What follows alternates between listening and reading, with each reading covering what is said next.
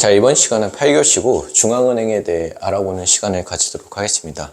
근데 이제 본격적으로 수업에 들어가기에 앞서서 큰 틀을 잡고 가야 되는 게, 저희가 8교시 때는 중앙은행, 9교시 때는 정부에 대해 배웁니다. 근데 이 두 경제 주체는 우리가 5교시 때 배웠던 개인, 6교시 때 배웠던 기업, 여기 이제 개인, 기업, 7교시 때 배웠던 시중은행하고는 결이 다릅니다. 이게 무슨 말이냐면, 요 세 경제 주체들은 뭐 시장 속의 삼총사라고 할까요? 얘네들은 이제 시장의 원리에 의해서 얘네들이 각자 행동을 하면서 살아가는데, 중앙은행과 정부는 이 시장 속 경제 주체를 도와주는 역할을 합니다. 더 원활한 경제 활동을 할 수 있도록. 구체적으로 무슨 말이냐면, 나중에 10, 11, 12교시 때 이제 경기 사이클이라는 걸 배우게 될 텐데, 일단 간단히 경기라는 것은 이제 봄, 여름, 가을, 겨울을 거쳐서 다시 봄, 여름, 가을, 겨울 이렇게 사이클을 통해 이제 진행이 되는데요. 요때 봄과 가을은 문제가 될 게 없습니다. 근데 겨울에 경기가 너무 과열되어 있어서 이제 뭐 자산 시장에 버블이 낀다던가, 이렇게 여름이라고 표현해 볼까요? 여름이나 아니면 경기가 너무 침체돼 있어가지고 이제 실업률이 급등하고 이럴 때는 이 시장이라는 아이가 되게 버티기가 힘듭니다. 이때 이제 여름에는 저희가 에어컨을 틀어서 더위를 식히고, 겨울에는 이제 난방을 틀어서 추위를 좀 줄이는 것처럼, 이 중앙은행과 정부는 이 에어컨하고 난방 같은 역할을 하면서 이 경기 요 사이클이 너무 극심하지 않도록 도와주는 역할을 합니다. 요 올라갈 때 눌러주고 내려올 때 하방을 받쳐주는 역할을 하는 거죠. 그래서 이런 큰 틀을 가지고 중앙은행과 정부는 시장에 개입을 해가지고 시장이라는 아이를 돌봐주는 부모와 같은 역할을 한다라는 큰 틀을 한번 잡고, 이제 어떻게 중앙은행이 이제 오늘은 시장에 개입을 해가지고 요 시장 속 경제 주체들을 살아가는데 도움을 주는지 한번 알아보도록 하겠습니다. 일단 기본적으로 이 중앙은행은 가지고 있는 카드가 4장이 있습니다. 4장. 그러니까 중앙은행이 쓸 수 있는 카드가 4장이 있는데, 이렇게 4장이 있는데, 우선 다시 한번 그려볼까요? 이렇게 사이클이 있으면 위에서 이제 여름에 너무 뜨거워가지고 경기를 좀 식혀줄 때는 이 뒷장에 이렇게 파란색으로 이렇게 있는 거고, 이제 겨울에 이 너무 추운 거를 뜨겁게 해주려면 이 빨간색 카드를 보여주면서 이제 시장에 개입을 하는데, 일단 이 4장의 카드 중에 4장의 카드를 이제 오늘 이 4장의 카드를 오늘 알아보는 시간을 가지는 겁니다. 4장의 카드가 있는데, 일단 기본적으로 크게 분류를 해보면 요 3장은 대내적인, 그러니까 한국 경제 그 안에서의 문제를 해결하는, 대표적으로 이제 물가 안정을 목표로 하는 이제 카드라고 보시면 되겠고, 얘는 4번째 카드는 이제 대외적인, 예를 들어 환율이 이렇게 급등하는 상황에서는 어떻게 해서든 환율이 오르지 않도록 살짝 막아주고, 또 환율이 너무 내려가는 국면에서는 이제 원화 가치가 너무 오르지 않도록 이제 막아주는 그런 역할을 합니다. 환율 안정이라고 한번 써볼까요? 그러면 이제 대내적인 안정을 꾀하는 첫 번째, 두 번째, 세 번째 카드에 대해 알아볼 텐데, 그 이름부터 한번 살펴보도록 하겠습니다.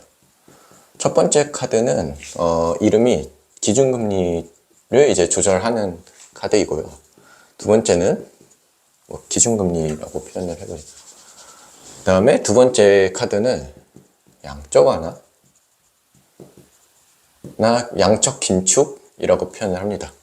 그 다음에 세 번째 카드는 질적 완화, 질적 긴축이라고 표현을 합니다. 그런데 이제 이름이 이제 다 다른데, 요 세 가지 카드에 공통적인 내용이 있습니다. 그러니까 본질적인 내용은 똑같다라는 건데, 그게 뭐냐면 이 세 개의 카드 모두 전부 금리를 조절해서 경제 안정을 꾀하는데, 여기서 이제 경제 안정은 요거 이제 구체적으로는 물가가 되겠죠. 이게 무슨 말이냐면, 금리를 조절한다는 거는 이제 항상 얘기하듯이 이제 금리라는 것에는 채권이라는 단어가 항상 생략되어 있다 보시면 되는데, 금리를 조절하기 위해서는 중앙은행이 여기 여기랄까요? 여기 이렇게 채권 시장이 있는데, 중앙은행이 어디 있지? 중앙은행이 딱 여기 이렇게 나타나 가지고 중앙은행이 여기 이렇게 나타나 가지고 채권 시장에서 채권을 사들이거나 파는 행위를 한다는 거를 말합니다. 예를 들어 구체적으로 여기다 이제 중앙은행이 돈을 찍어 가지고 채권을 사들이면, 여기 이제 채권 시장에 이렇게 채권 금리 곡선이 있을 거 아니에요? 그치? 이제 7교시 때 배웠던 여기가 이제 단기 금리, 장기 금리에서 장기에는 위험이 더 불확실성이 커지니까 더 많은 이자를 줘야 되는 그런, 이렇게 채권 금리가 이렇게 그려져 있는 요 시장에 중앙은행이 개입을 해가지고 자기가 이제 중앙은행이 이제 돈을 찍어낼 수 있는 주체이기 때문에 찍어낸 돈을 여기다 이제 뿌리면서 채권을 사들이는 겁니다. 그러면 이제 채권의 입장에서 보면 채권을 사려는 사람이 많아지니까 채권 가격이 뛰겠죠. 근데 채권 가격은 채권 금리하고 반비례하니까 채권 가격이 뛰면 채권 금리는 내려올 겁니다. 그러니까 채권 금리 곡선이 이렇게 내려오는 상황이 되겠죠. 이게 이제 아까 경기 사이클에서 그 한겨울에 너무 추울 때 금리를 전체적으로 내려주면서 약간 경제 전반에 온도를 높여서 분위기를 좀 따뜻하게 만들어주는 그런 과정인 겁니다. 반대로 이제 한여름에는 너무 더우니까 너무 경기가 과열되어 있으면 중앙은행이 이런 채권을 이렇게 돈을 아까는 화살표 방향 똑같이 해보죠.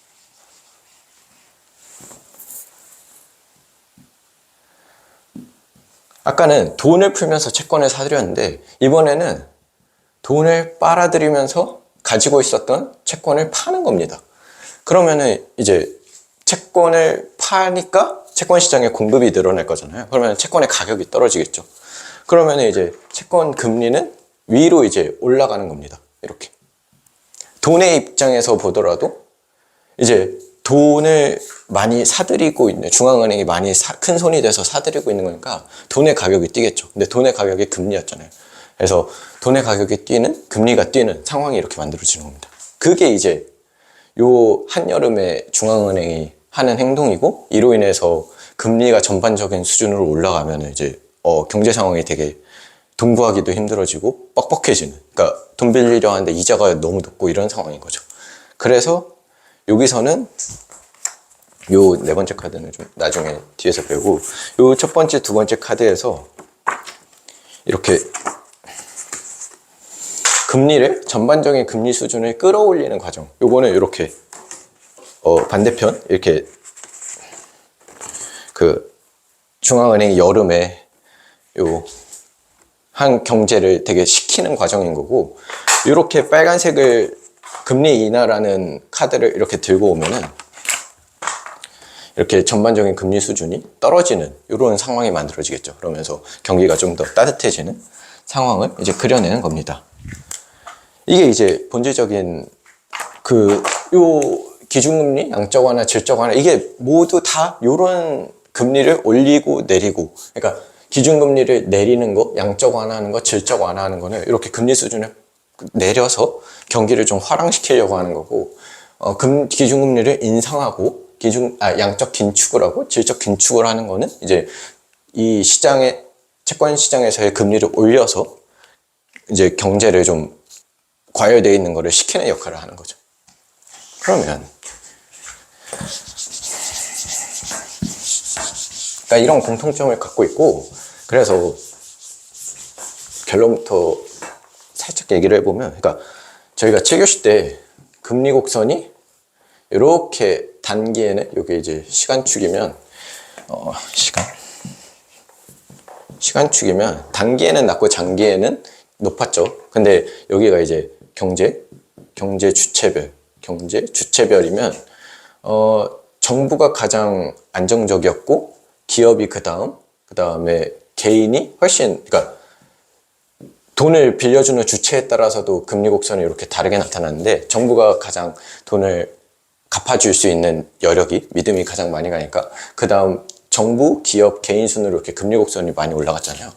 그래서 이 그림으로 따지고 보면 기준금리를 조절하는 거는 여기에서의 단기에서의 그 단기 국채 시장에 들어가서 개입을 하는 거고, 그러니까 채권 시장이었는데 여기는 단기 국채 시장에 개입을 하는 거고, 양적 완화, 양적 긴축은 장기 국채 시장에 들어가서 개입을 하는 그런 겁니다. 그 다음에 질적 완화, 질적 긴축과 관련돼서는 요지 회사채 시장에 들어가서 중앙은행이 채권을 돈 풀면서 채권을 사기도 하고 돈을 빨아들이면서 채권을 팔기도 하는 그런 과정을 나타내는 거죠.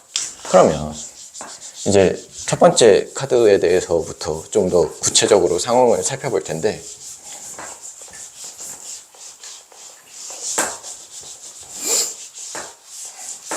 얘는 그냥 적어놓고 가자.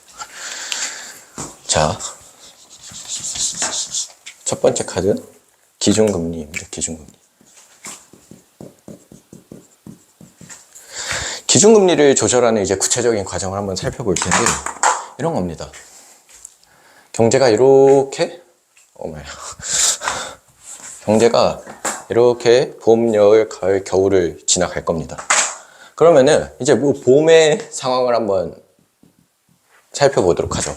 봄에는 이제 경기가 뜨거워지기 시작합니다. 그러면은 금리 곡선이 이렇게 있는데, 실물 경제에서 사람들이 뭐 부동산 대출을 위해서 돈을 많이 대출받고, 뭐 기업 입장에서는 막 사업을 투자하고 공장을 새로 짓고 막 이렇게 하기 위해서 이제 장기로 돈을 많이 빌립니다. 그러면은 장기로 돈을 많이 빌리면 사람들이 요 장기 채권 시장에서 어떤 일이 일어나냐면, 채권의 입장에서는 사람들이 돈을 빌리려 하니까 채권의 공급자가 늘어나는 거죠. 그러면은 채권의 가격이 떨어지고, 반대로 채권의 가격이 떨어졌기 때문에 채권 금리는 위로 올라가는 상황이 만들어집니다. 그러니까 너도 나도 채권을 공급하면서 나한테 돈 빌려줘, 이런 상황인 거죠.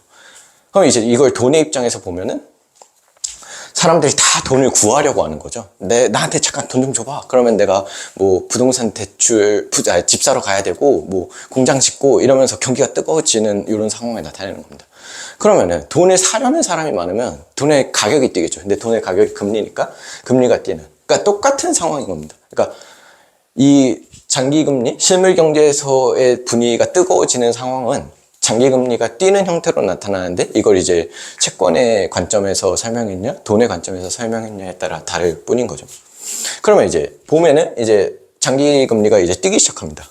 그러면은 이제 장기금리가 요렇게 있었는데, 요 여름으로 가까이 가면 갈수록 요렇게 여기가 이제 단기금리랑 장기금리의 점을 하나 이렇게 좀 찍어서 표현을 해보면, 장기금리가 요렇게 있었다가 확 뛰는 거죠. 뛰게 되면 이게 상황이 어떻게 계속 더워지기만 하지 이제 뜨거워질 줄 모릅니다. 이러면 어떻게 되죠? 예대 마진이, 그러니까 단기금리와 장기금리의 차이인 요 예대 마진이 작았는데 더 늘어납니다. 시중은행 입장에서는 이거보다 좋은 상황이 없겠죠. 그러면서 예대 마진이 더 늘어나면서 그 과열되고 있는 상황이 더 세게 과열이 되는 겁니다. 이러면서 이제 도저히 경제가 뜨거워져서 막 자산 시장에서 버블이 일어나고, 뭐 과잉 투자가 일어나고, 이렇게 모두가 파티에 즐기고 있는, 이제 그게 정도가 좀 지나쳐 가는 상황이 나타나는 거죠. 그러면 이때 요때 이제 중앙은행이 이렇게 딱 나타나가지고, 여기 이렇게 손을 이렇게 뻗어가지고, 하나, 둘, 셋, 넷. 손입니다, 손. 손을 이제 뻗어가지고 요 경기가 이렇게 올라오지 못하게 더 과열되지 않도록 막아줘야 되는데, 이 과정은 이제 어떻게 되냐면, 요 그림을 여기다, 그러니까 네, 여기다 해보죠. 여기가 이제 중앙은행이 막는 과정입니다. 이렇게 요 상황이잖아요. 근데 요 단기금리, 초단기금리를 이렇게 쭉 끌어올리는 겁니다. 이제 이거를 이제 기준금리 인상이라고 표현을 하는데, 기준금리를 인상시키면 이제 기준금리는 이제 단기 국채 시장에서의 구체적으로 이제 환매 조건부 7일물짜리 채권이라고 표현을 하는데, 이제 그러니까 돈을 빌리면 7일 안에 갚아야 되는, 어떻게 보면 초단기, 정말 짧게 돈을 빌리고 갚는 그런 시장이 어디 있을까요? 이렇게 요 중앙은행이 여기 위치하는데, 여기에 이제 그 초단기 국채 시장이 있는 거죠. 그래서 여기에 직접 중앙은행이 뚜벅뚜벅 걸어가서 개입을 해가지고 이제 가지고 있는 채권을 팔면서 그 시중에 돈을 좀 흡수를 하는 겁니다. 그러면은 이제 기준금리를 이렇게 올릴 수 있는 건데, 이렇게 올리게 되면 어떻게 되냐면, 예대마진이 일단 줄어들겠죠. 시중은행 입장에서도 막 즐거웠던 파티가, 잠깐 뭐야, 이거 뭐지? 약간 그 분위기가 한풀 꺾이는 그런 상황이 나타나는 겁니다. 이러면서 중앙은행이 시장에 개입을 해서 뜨거워지는 경기를 막아줍니다. 그러면 이제 정말 이제 가을 단계로 넘어가는데, 가을 단계에서 이제 조금 오게 되면 어떻게 되냐면, 이렇게 올라가 있고, 그러니까 지금 처음에 이런 상황이었죠. 근데 실물 경제가 과열돼서 얘가 이렇게 먼저 올라갔죠. 그 다음에 이거를 막기 위해서 그 중앙은행이 개입을 해가지고 기준금리를 이렇게 또 올렸죠. 그러면 금리 형태는 이렇게 라인을 잡아보면 딱 이런 상태인 겁니다. 근데 이제 실물 경제가 식기 시작합니다. 기준금리 인상을 해줬기 때문에. 그러면은 실물 경제가 식으면 아까 여기에 봄에 있었던 일이 다 거꾸로 돌아가기 시작하는 거죠. 그러니까 개인은 이제 대출 더 이상 안 받을래. 뭐 기업은 공장 투자에는 이제 그만하면 될 것 같은데 경기가 좀 점점 식어가는 것 같아. 이런 느낌이면은 사람들이 이제 돈을 빌리려 하지 않겠죠. 그러면 이제 돈의 가격이 이제 금리가 떨어지기 시작할 겁니다. 그러니까 나한테 돈 빌려줘 하는 사람의 목소리가 이제 작아지기 시작하니까. 그러면 이제 실물 경제에서 요런 반응이 일어나기 시작하는 거죠. 장기금리가 이제 떨어지기 시작합니다. 그러면 장기금리가 떨어지면 얘가 이렇게 이게 그 금리 곡선이 이제 평평해지겠죠. 이러면은 이제 시중은행 입장에서 예대 마진이 없으니까 이제 큰일 난 겁니다. 돈 벌 방법이 없네. 이제 시중은행이 그렇게 얘기를 하겠죠. 그리고 이제 뉴스를 보시다 보면 까딱하다가 이게 너무 많이 내려오면 이게 가끔 이렇게 역전이 되기도 합니다. 금리 그래프가 이렇게 짧게 빌리는 애는 낮은 금리에, 길게 오랫동안 빌리는 애는 높게 형성돼야 정상적이던 금리 곡선이 약간 이렇게 단기에는 높고 장기에는 거꾸로 되네. 이거 이제 장단기 금리 역전 현상이라고 하는데, 이거 별로 경제에 바람직한 현상은 아닌 거죠. 장단기 금리 역전이 일어나면은 시중은행에서 수익 구조가 아예 망가져 버리는 겁니다. 근데 실제로 이렇게 일어나기 시작하면서, 그러니까 지금 이제 경기가 점점 식어가면서 되게 어그러지고 있는 과정인 거죠. 그러면 뭐 장단기 금리 역전까지는 아니었다 해도 이렇게 이제 가을에서 겨울로 이렇게 서서히 넘어가고 있는 겁니다. 그러면 이제 큰일 났어요. 이제 경제가 다 식어가지고 다 차가워져서 하면은 중앙은행은 또 여기서 이제 난방을 틀어줘야 되는 거죠. 너무 차가운 것 같아 하면서 중앙은행이 다시 또 손을 이렇게 벌려가지고 요 하방을 이렇게 받쳐주는 겁니다. 그 과정은 뭐냐면 이제 기준금리가 이렇게 아니죠. 지금은 이렇게 되어 있으니까 이렇게 만들어져 있는 상황에서 어거지로 이제 요 초단기 채권 시장에 개입을 해가지고 돈을 찍으면서 채권을 막 사들이는 겁니다. 그러면은 채권의 가격이 이제 높아지면서 채권 금리는 떨어지겠죠. 기준금리가 이렇게 낮아지는 겁니다. 이게 기준금리를 인하하는 상황인 거고, 이렇게 기준금리를 인하하는 상황이 되면은 이제 또 예대 마진이 조금 더 벌어지면서 수익 구조가 좀 괜찮아지는 거죠. 이게 이제 어디서 봤던 그림이냐면 이렇게 해서 이제 서서히 경제가 이제 회복이 다시금 화랑으로 다시금 새로운 출발을 할 수 있는 그림인 거죠. 그래서 이 그림이 여기 있는 라인하고, 그러니까 얘가 이렇게 라인을 잡으면 두 번째 라인은 이렇게, 세 번째 라인은 이렇게 해가지고 요 그림하고 똑같죠. 그래서 얘가 이렇게 다시 이렇게 경기가 이렇게 순환을 하는 겁니다. 그러면서 이게 과정이 이렇게 사이클이 봄, 여름, 가을, 겨울 가다가 이제 또 새로운 봄이 이제 시작이 되는 거죠. 봄, 여름, 가을, 겨울, 봄, 여름, 가을, 쭉 끝까지 계속 이제 경제는 이런 식으로 이론적으로는 굴러가는 상황인 거죠. 자, 그러면은 기준금리와 관련해서 이런 과정을 이제 기준금리에 대해서는 어느 정도 배웠고, 기준금리는 이제 어디에서 이루어지느냐 하면은 요 지도상에서 여기 중앙은행과 시중은행이 이렇게 있으면 요 사이 이제 어떻게 보면 되게 조금 시장에 개입을 하는 겁니다. 그림으로만 봐도 여기에 되게 살짝 중앙은행이 살짝 이렇게 채권 시장에 이렇게 있으면은 단기 시장에 들어가는 거기 때문에 중앙은행이 이렇게 발을 이렇게 살짝 담그는 느낌만 있는, 시장에 되게 적게 개입하면서도 되게 경제 안정, 물가 안정을 이끌어낼 수 있는 상황을 유도를 하는 거죠. 그런데 이제 세상이 이렇게 만만하지가 않습니다. 세상이 이렇게 만만하지 않은 게, 기준금리를 인하한다고 오히려 또 기준금리 인상한다고 경기 사이클이 이렇게 장기금리가 다 항상 따라서 움직여주지 않을 때가 많습니다. 경제 상황은 항상 현실은 더 복잡하기 때문에. 그러면 이제 기준금리가 이렇게 있어요. 이렇게 해서 딱 내렸는데 장기금리가 따라 내려와 줘야 되는데 이러지 못할 때도 있고, 심지어 요 기준금리가 거의 이제 제로금리 0%의 바닥을 딱 찍어버리면 더 이상 내릴 데가 없습니다.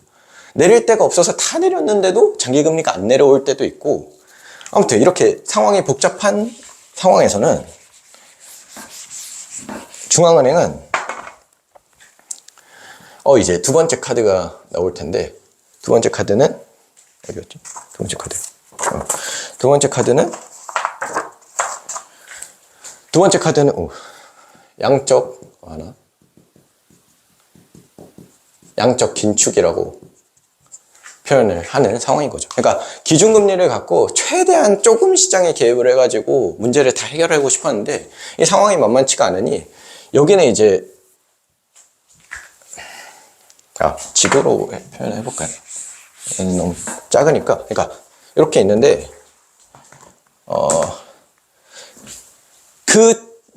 초단기 국채보다 조금 더 위험하지만 그래도 꽤나 안전하다고 알려져 있는 채권을 사면서 그 채권을 담보로 이제 돈을 찍어내는 상황을 양적 완화 긴축이라고 표현을 하는데, 그러니까 양적 완화고 채권을 이제 파는 과정은 긴축이라고 표현하는데, 구체적으로 이제 요 장기 국채 시장에 여기 이제 정부가 이렇게 있고 이렇게 국채 시장이 형성돼 있잖아요. 국채 시장에 직접 요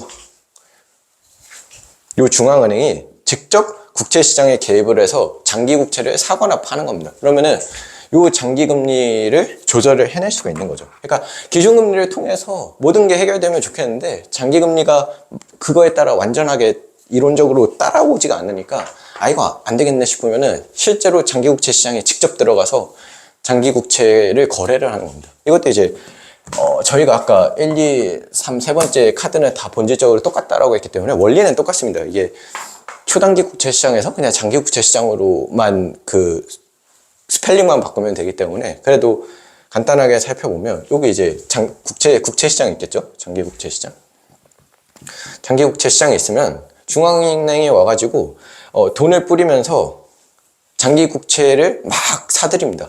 그러면은 이렇게 그려져 있던 여기에 있는 장기 국채의 금리를 떨어뜨리는 거죠. 그러니까 채권을 사들이니까 채권의 가격은 높아지면서 장기 국채 금리는 떨어질 것이고, 뭐 돈의 관점에서 보면은 돈을 이제 막 푸니까 돈의 공급이 늘어나니까 돈의 가격인 장기 국채 금리가 떨어지는 거겠죠. 반대로 이제 돈을 빨아들이면서, 그러니까 시장에서 돈을 빨아들이면 되게 점점 유동성이 마르면서 막 뻑뻑해지는 겁니다. 그러니까 경제가 되게 드라이해지고 이거 막 힘들어지는 그 경제 주체들이 안 돼! 하면서 힘들어지는 그런 상황이 나타나는 거죠.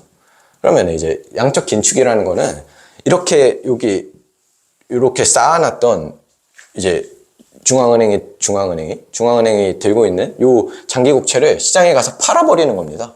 팔아버리면 돈을 대가로, 그러니까 들고 있는 채권을 팔면서 돈을 받겠죠. 그러니까 이 채권의 공급이 늘어나니까 채권의 가격이 떨어지고 채권 금리가 위로 튀는 양적 긴축인 상황인 거고, 또 뭐 돈의 관점에서도 이제 돈을 수요하니까 돈의 장기 국채 금리가 위로 뛰는 양적 완화에서 양적 긴축, 요 상황은 이렇게 파란색 글씨로 해볼 수 있고, 양적 완화는 이렇게 빨간색 글씨로 한번 표현을 해볼 수 있을 겁니다. 그런데 이렇게 국채 시장에까지 개입을 했는데도 문제가 해결이 1회도 안 되면 이 중앙은행은 점점 더 시장에 깊숙이 개입을 하기 시작합니다. 무슨 말이냐면 이제는 그러니까 사실 2008년에 미국이 양적 완화를 했을 때도 되게 그렇게 시장에 깊숙이 개입해서 돈을 막 불어버리면 문제가 너무 커지는 거 아니냐. 일단 그 자본주의 시장, 일단 기본적으로는 시장이 자유로운 그게 원칙이 우리가 가지고 살아가는 건데, 그렇게 깊숙이 중앙은행이라는 한 정부, 그러니까 인위적인 기관이 개입을 하면 문제가 커지는 거 아니냐라고 이제 말이 많았는데도, 그럼에도 또 문제가 해결이 안 되면은 이제 점점 더 위험한 자산을 사들이는 과정으로 흘러가는 겁니다. 이번에는 어디까지 손을 대냐면, 여기 이제 기업이 여기 이렇게 있었고, 금융경제에서 회사채 시장이 이렇게 형성돼 있었잖아요. 근데 이때 이제 기업의 채권까지 사는 겁니다. 그러면은 아까 그렸듯이 여기가 이제 개인, 여기 기업, 정부의 금리 곡선이 이렇게 만들어져 있는데, 아까 기준금리는 여기서 오르락내리락 하는 거였죠. 장기금리는 국채금리의 장기 국채금리를 이제 막 조절하는 거였고, 이번에는 한 단계 더 나가서, 그러니까 일로 갈수록 정부에 빌려주는 것보단, 그러니까 기업에 빌려주는 게 정부에 빌려주는 것보다 훨씬 더 위험하고, 개인한테 빌려주는 게 기업에 빌려주는 것보다 훨씬 위험하죠. 그러면서 점점 이쪽으로 중앙은행이 손을 벌려가고 있는 거는 훨씬 더 위험한 자산을 사들이면서 그거를 담보로 돈을 찍어내고 있는 상황인 겁니다. 그러면 이제 장기 회사채 시장까지 들어가서 이제 여기에까지 중앙은행이 여기서 이렇게 개입을 하는 거죠. 그래서 여기서 채권을, 회사채를 사들이면서 돈을 풀면 이거를 이제, 그러니까 이거를 질적 완화라고 표현을 하는 거고, 이제 좀 상황이 괜찮아졌습니다. 돈을 많이 풀어서 이제 경기가 좀 위험한 거까지 손을 대긴 했는데, 어쨌든 효과는 봤다 이러면은 이제 나중에는 이제 그 중앙은행이 찜찜하게 발을 막 깊게 들였던 거 이제 서서히 빼기 시작하겠죠. 그거 이제 질적 긴축이라고 표현합니다. 구체적인 과정은 이제 요 회사채 시장에서 막 채권을 사들였는데 이제는 채권을 파는 거죠. 회사채를 팔면서 이제 돈을 이제 수거해가는, 그냥 완화할 땐 돈을 뿌렸었던, 긴축할 땐 돈을 수거해가는 그런 상황을 생각해보면 되는 거겠죠. 그렇습니다. 이렇게 대내적인 안정을 위해서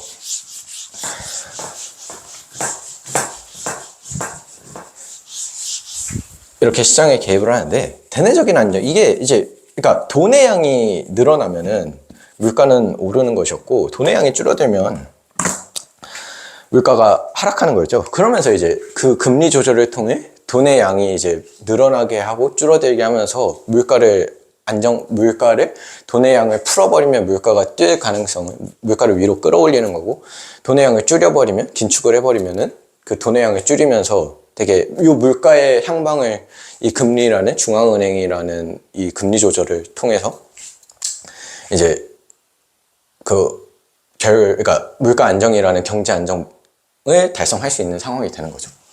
그러면 대내적인 물가는 이렇게 좀 안정이 됐다라고 쳐보고, 그러면 이제 네 번째는 뭐냐면, 네 번째는 이제 대외적인, 우리나라가 이제 이 세상에서 혼자 살아가는 거 아니기 때문에 뭐 중국이나 미국이나 뭐 영국, 뭐 유럽 이렇게 다양한 국가들하고 같이 살아가는 거기 때문에 특히나 우리나라는 소규모 개방 경제라고 볼 수도 있어서 요 대외적인 안정도 굉장히 중요하죠. 그래서 요 네 번째 카드는 환율 안정이라는 거를 이제, 그러니까 우리나라는 환율이 되게 안정시키려고 그래도 노력을 많이 해야 되는 소규모 개방 경제인데, 요 이제 환율 안정을 어떻게 해야 되는지 한번 그 과정을 한번 살펴보도록 하겠습니다. 그러니까 환율이라는 거 저희가 4교시 때 배웠던 국제경제에서의 가장 큰 키워드였잖아요. 그러니까 국제경제에서 환율을 안정시키는 거가 가장 대외적인 관점에서 볼 때는 되게 경제를 안정시키는 키워드라고 핵심이라고 볼 수 있습니다. 그러면 이제 어떻게 이제 중앙은행이 외환시장에 개입하겠죠, 이번에는. 대외적인 거니까.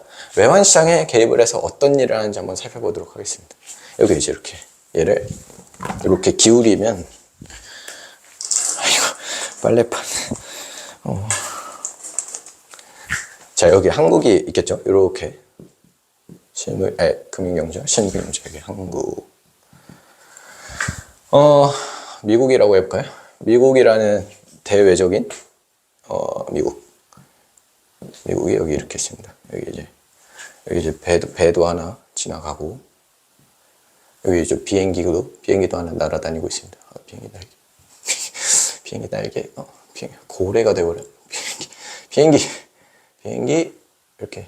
네, 비행기를 타고, 이렇게 국제 경제 상황이 이러고 있는 거겠죠. 자, 그러면은, 여기 이제 외환시장이라는 데가 있습니다. 요 사이에 외환시장. 그리고 이 외환시장에는 환율을 나타내주는 환율 계기판을 제가 하나 여기다 박아 놨습니다. 가버려. 자, 여기 이제 환율 계기판을 하나 박아 놨습니다. 외환시장의 상황을 나타내주는. 자, 오늘의 1달러는 1,000원입니다. 오늘의 외환시장 상황은 이렇게 상황이 유지가 되고 있습니다. 그런데 이제 저희가 중앙은행이 환율의 안정을 취한다라는 거는 아까 봄, 여름, 가을, 겨울에서 여름하고 겨울에 개입을 하는 것처럼 환율도 급등할 때와 급락할 때를 방어해 주는 게 환율의 안정을 취하는 행동이겠죠. 그러면은 환율이 급등할 때는 어떤 상황일까요? 자본이 유출될 때입니다. 우리나라에서 돈이 막 빠져나가고 있을 때, 하면서 빠져나가면 이제 그때 환율이 막 원화 가치가 떨어지면서 환율이 막 치솟을 텐데, 중앙은행이 이렇게 치솟는 거를 안 돼 하면서 이렇게 좀 이렇게 위에서 이렇게 막아주는 그런 느낌인 거죠. 그 상황을 이제 한번 살펴보도록 하겠습니다. 우리나라에서 자본이 빠져나가고 있습니다. 예를 들어 미국에 있는 외국인이 한국에서 이제 돈을 빼는 거죠. 어떻게 하죠? 미국인이 이제 우리나라에 들어와 가지고 거래를 하고 있었겠죠. 근데 이제 원화를 이렇게 뺍니다. 가지고 있는 원화를, 예를 들어 삼성 주식을 팔아 가지고 원화를 챙겨 가지고 외환시장에 갑니다. 그러면 미국인이 얘기를 하겠죠. 체인지 원화 $2? 약간 이렇게. 그러면은, 이렇게 가지고 있는 원화를 달러로 바꿔서 이렇게 튀어나가겠죠. 그러니까, 외국인이 원화를 챙겨가지고 외환시장에 가서 원화를 달러로 바꾼 뒤 이렇게 튀어나갈 겁니다. 그러면 원화는 이렇게 외환시장에 똑 떨어지겠죠. 그러면서 달러는 줄어들 겁니다. 그래서 원화의 공급은 늘어나고 달러의 그 수요는 많아지는 거니까 달러가 되게 모든 사람이 지금 다 이렇게 빠져나가는 행동을 하면 달러의 가치가 높아질 겁니다. 모든 사람이 지금 달러를 가지고 도망을 가려는 거니까. 그리고 또 원화의 가치는 떨어지겠죠. 모든 사람이 원화를 그냥 외환시장에 이렇게 버려버리고 이렇게 도망가는 거니까. 그래서 달러 가치는 높아지고 원화 가치는 떨어지면 달러의 가격이 막 이렇게 2,000원으로 막 이렇게 올라갈 겁니다. 그러니까 환율이 급등하는 거죠. 2,000원씩이나 줘야 달러를 하나 살 수밖에 없는 상황이 나타나는 겁니다. 달러의 요거 이제 상품이라고 보면 달러의 가격이 점점 비싸지고 있는, 모든 사람이 다 달러를 원하니까 이런 상황이 되는 거죠. 그러면은 이제 환율이 이제 1,000원에서 2,000원을 이제 막 이렇게 올라가고 있는 겁니다. 그러면은 외환 시장에 이런 환율 급등이라는 문제가 크게 발생하면 여기 이제 중앙은행이 이제 가만히 있지 않습니다. 중앙은행이 여기 이렇게 딱 지켜보고 있다가 더 이상 안 되겠네 하면서 환율을 막으려 하면은 이렇게 딱 등장해가지고 이 거래랑 거꾸로 되는 반응을 보여줘야겠죠. 그러니까 예를 들어 지금 사람들이 지금 원화를 팔고 달러를 사서 도망가고 있는 거니까 이 중앙은행 입장에서는 원화를 계속 사들여줘야 될 겁니다. 그러고 가지고 있는 달러를 팔면서 지금 다 달러를 사기만 하니까 팔아주는 사람이 있어야 요 환율이 올라가는 거를 좀 잠재울 수 있겠죠. 그러니까 달러의 공급을 늘리면서 달러 가치를 좀 떨어뜨려줘야 요 달러의 가격인 외화의 가격인 환율이 좀 올라가는 힘이 약해질 겁니다. 그러면은 이제 이 그림만 보면 중앙은행이 달러를 팔고 원화를 사기만 하는 이 과정인데 이 달러, 중앙은행이 갖고 있는 달러 어디서 나왔을까요? 요게 이제 중앙은행이 이렇게 어깨에 이렇게 중앙은행이 이렇게 어깨에 짊어지고 있는 요 보자기가 하나 있는데 요걸 이제 외환보유고라고 합니다. 외환보유고에는 달러가 엄청 많이 들어있겠죠. 그러니까 이 외환보유고를 털어가지고 막 이렇게 쏟아 부어가지고 달러를 팔고 원화를 사면서 요 환율에 급등하는 것을 막아주는 거죠. 이러면은 이게 이제 이 상황이 1997년에 이제 IMF 유한위기 때 일어났던 상황입니다. 그러니까 외국인들이 야 한국에 단기 부채도 많고 이거 뭐 OECD 가입은 했는데 이거 너무 잘 모르겠네 하면서 막 이렇게 한국에서 외국으로 돈을 다 빼는 자본이 유출되는 과정에서는 중앙은행의 외환보유고를 털어가지고 이제 이 환율이 급등하는 거를 막아줄 필요가 있습니다. 근데 이 외환보유고가 너무 적었던 거죠, 그때는. 그래서 이 외환보유고가 다 없어져서 거의 이제 완전히 그냥 바닥이 나가지고 이제 IMF한테서 달러를 좀 빌려가지고 뭐 그 대가로 이제 막 긴축적인 결과를 하면서 좀 경제가 되게 안 좋아졌던 그런 상황이 이제 지금 딱 요 상황인 거죠. 자본이 유출될 때 중앙은행은 환율을 안정시켜야 되는데 이제 외환보유고가 그때는 부족했다. 그러면 반대로 환율이 막 이렇게 떨어지고 있어서 자금이 막 유입되고 있는 겁니다. 자금이 막 유입되고 있으면 이게 다 반대로 상황이 또 거꾸로 돌아가겠죠. 그러니까 미국에서 한국에서 막 성장도 잘 나오고 막 반도체 엄청 지금 뭐 눈에 보이지도 않고 뭐 아무도 현미경으로도 안 보이는 반도체 만들었대. 막 이러면은 이제 자금이 우리나라한테 투자금으로 싹 들어오겠죠. 근데 그 과정은 이제 미국인이 달러를 들고 있었던 걸 반대로 외환시장에서 팔고 달러를 사들이면서 이렇게 그러니까 달러를 팔고 원화를 사들이면서 원화를 이제 주머니에 딱 이렇게 찔러 넣고 와가지고 여기서 이제 뭐 삼성 주식도 사고 뭐 이러는 행동을 하겠죠. 그러면 달러의 공급은 많아지고 원화의 수요는 늘어나는 겁니까? 환율이 밑에서 적어야 되는데 환율이 500원 막 이렇게 환율이 떨어지는 상황인 거죠. 그러니까 모든 사람이 원화를 사서 한국에 투자를 하니까 원화에 대한 수요가 늘어나니까 원화가 되게 비싼 몸 취급을 받는 거죠. 그러니까 500원만으로도 1달러를 사버릴 수 있는 되게 우람한 이 원화가 돼버린 겁니다. 원화 강세가 나타나는 거죠. 그러면 이렇게 환율이 떨어지고 있습니다. 근데 또 이게 너무 환율이 떨어지면 저희가 국제경제 그 4교시 때 어떤 일이 이제 일어난다라고 했었죠. 그러니까 그 환율이 떨어지는 거는 이제 수입물가, 수출물가 다 떨어지는 건데 수출물가가 떨어진다라는 거는 우리나라의 그 수출이 되게 어려워지는 상황인 거죠. 가격 국제 경쟁력이 떨어지고 있는 상황이니까. 그러면서 환율이 이렇게 떨어지고 있는 상황에서는 중앙은행이 또 나서가지고 여기서 손을 손 계속 뻗습니다. 하나, 둘, 셋, 넷, 다섯 해서 그 환율 떨어지는 거를 이렇게 받쳐줘야 됩니다. 그렇죠. 특히나 이제 완전 저희가 1960, 70년대는 고정환율제, 우리나라는 고정환율제를 한번 이렇게 썼었는데 고정환율제면은 사람들하고 약속을 한 거잖아요. 우리가 환율 고정시켜줄게. 그러니까 대외적인 상황이 안정될 거니까 훨씬 더 그 환 리스크가 없어지니까 우리나라에 투자가 더 쉽게 들어올 수 있는 그런 상황을 만들어주는 고정환율제를 약속하고 있었습니다. 근데 환율이 이렇게 막 떨어지면 이제 이렇게 중앙은행이 생각한 거죠. 우리 환율 안정시키기로 고정하기로 약속했는데 이거 이렇게 크게 변하면 안 되는데 하면서 이렇게 막아줄 때는 어떤 행동을 해야 되냐면, 이제는 외환보유고를 아까는 털면서 달러를 주면서 원화를 사들이는 과정이었는데, 이번에는 원화를 뿌리면서 달러를, 들어오는 달러, 이렇게 막 들어오고 있는 달러를, 그러니까 외국인이 달러를 버리고 가는 거를 그냥 그대로 받아가지고 이렇게 받아서 어디? 요 외환보유고에 이렇게 차곡차곡 쌓아가는 느낌이겠죠. 그러면은 이 원화를 뿌리면 원화의 가치는 떨어지면서, 지금 환율이 떨어진다는 건 원화 가치가 너무 갑자기 올라가가지고 그게 문제인 거잖아요. 그래서 원화를 뿌리면서 원화 가치를 좀 떨어뜨리면서 환율이 1,000원에, 1달러에 500원씩이나 너무 올라가지 않고, 이렇게 1달러에 한 700원? 이렇게 좀 막아주는 거죠. 환율이 이렇게 떨어지고 있는 거를 중앙은행이 손을 뻗어가지고 이렇게 환율을 안정시키는 거죠. 그래서 이렇게가 이제 중앙은행이 하는 4가지 대표적인 시장에 개입을 해가지고 하는 행동들입니다.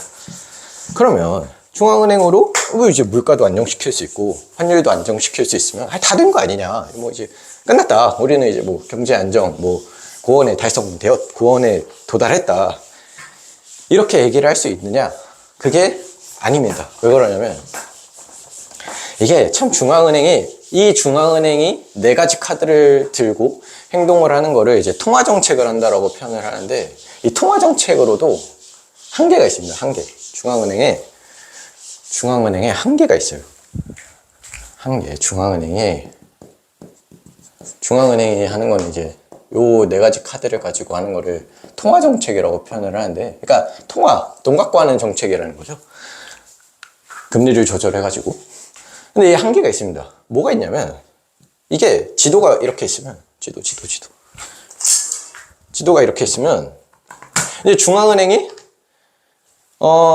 어쨌든 중앙은행도 은행이기 때문에 돈을 대출을 해주는 거예요. 그러니까 예를 들어 첫 번째, 두 번째, 세 번째 카드에서 채권을 사고 파는 것도, 어떻게 보면은 채권을 산다라는 거는 남한테 돈을 빌려주는 과정인 거죠. 그러니까 돈을 빌려주고 너 돈 안 갚으면 배를 째버릴 거야 하는 증서를 채권에다, 그러니까 채권을 보면 그렇게 써져 있겠죠.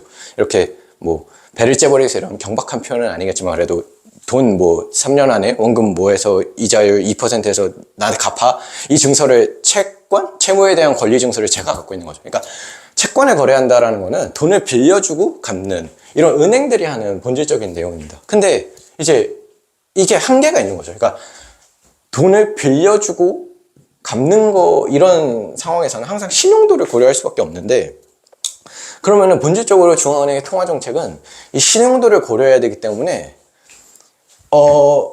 통화정책으로 이제 뭐 콩콩물을 중앙은행이 떨어뜨린다. 그럼 그 콩콩물을 신용도가 좋은 사람부터 차례차례 받아가는 겁니다. 뭐 예를 들어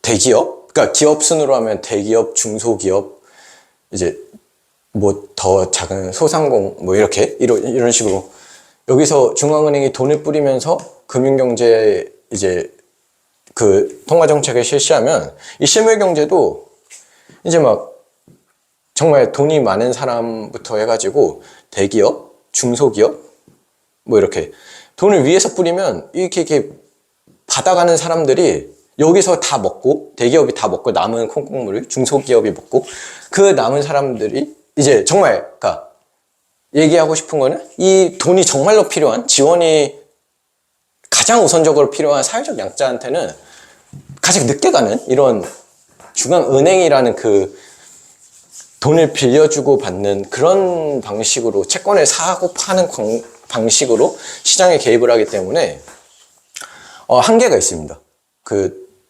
그래서 이제 이 결과로 인해 발생하는 문제가 뭐냐면, 가진 기업이나 좀 더 큰 기업이나 가진 사람들한테 돈이 우선적으로 지원이 되기 때문에,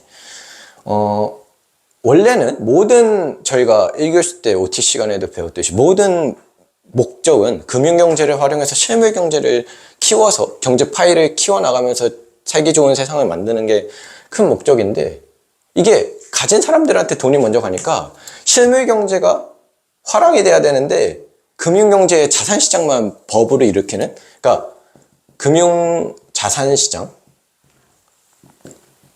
뭐 주식시장이 될 수도 있고 채권시장이 될 수도 있겠죠. 여기에 화랑이 막 일어나는 겁니다. 실제로 실물경제에 돈이 흘러가가지고 기업들이 공장을 깔고 설비를 차려서 투자를 하고 막 이렇게 실제로 경제 파이를 키워나가면서 막 신기술도 개발하고 막 이렇게 기술 발전 막 이런 걸 이뤄내야 되는데, 금융 자산시장에 가서 그냥 가진 사람들한테 돈이 우선적으로 가니까 막 그냥 여기서만 버블이 일어나는 겁니다. 실물 경제에는 좀 효과가 미미하겠죠. 그 다음 또 다른 한계점은 이런 일도 있습니다. 중앙은행이 금융경제에다 돈을 뿌리면 이 돈이 실제로 이제 시중은행이 가장 채권을 많이 들고 있는데 양적 완화나 이런 기준금리 인하를 하면 이 채권을 중앙은행이 사면서 시중은행한테 돈을 채워주는 거잖아요.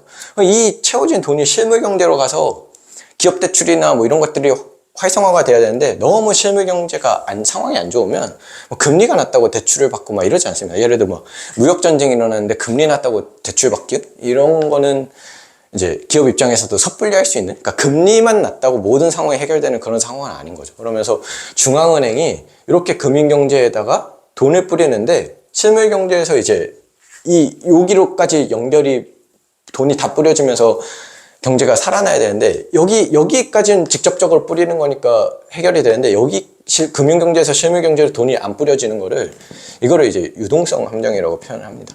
그러니까 통화정책을 중앙은행이 하는데도, 이거 실물경제로 가서 실제로 실물경제 파일을 키워내야 되는데 그러지 못하네 하면서, 그러니까 제가 얘기하고 싶은 거는, 이 은행이기 때문에 대출을 해주는 기관이기 때문에 신용도라 사이즈가 큰 기업한테 돈이 먼저 흘러간다. 그다음에 두 번째, 유동성 함정이란 이런 한계를 가지고 있기 때문에 실제로 더 이상, 그러니까 이 통화정책만으로는 모든 거를 해결해 줄 수는 없다라는 거죠. 그래서 이렇게 피라미드가 있으면은 요 아랫단부터 지원을 해주는 그런 일들이 있어야 되는데, 그거를 해주는 또 다른 경제 주체가 필요하다라는 말이죠. 그게 이제 국교시 때 배우는 정부라는 건데, 이제 요 정부에 대해서 이제 중앙은행의 한계를 얘기하면서 정부의 필요성까지 이제 연결시키면서 이제 국교시로 넘어가는 거겠죠. 그러면 이제 마지막으로 이제 비유 하나만 덧대면서 마무리를 지을 건데, 중앙은행이 하는 거는 요 신용도를 파악해서 이제 채권을 사들이면서 대출을 해주고 뭐 이러는 거기 때문에, 저희가 8교시나 9교시를, 그러니까 5, 6, 7교시가 이제 개인 기업 시중은행이라는 아이가 이렇게 시장이라는 아이가 있고, 중앙은행 요 동그라미 밖에서 중앙은행과 정부가 이렇게 있는 거죠. 그러니까 시장이라는 아이를 돌봐주는 부모 같은 느낌인 겁니다. 그러니까 중앙은행, 정부,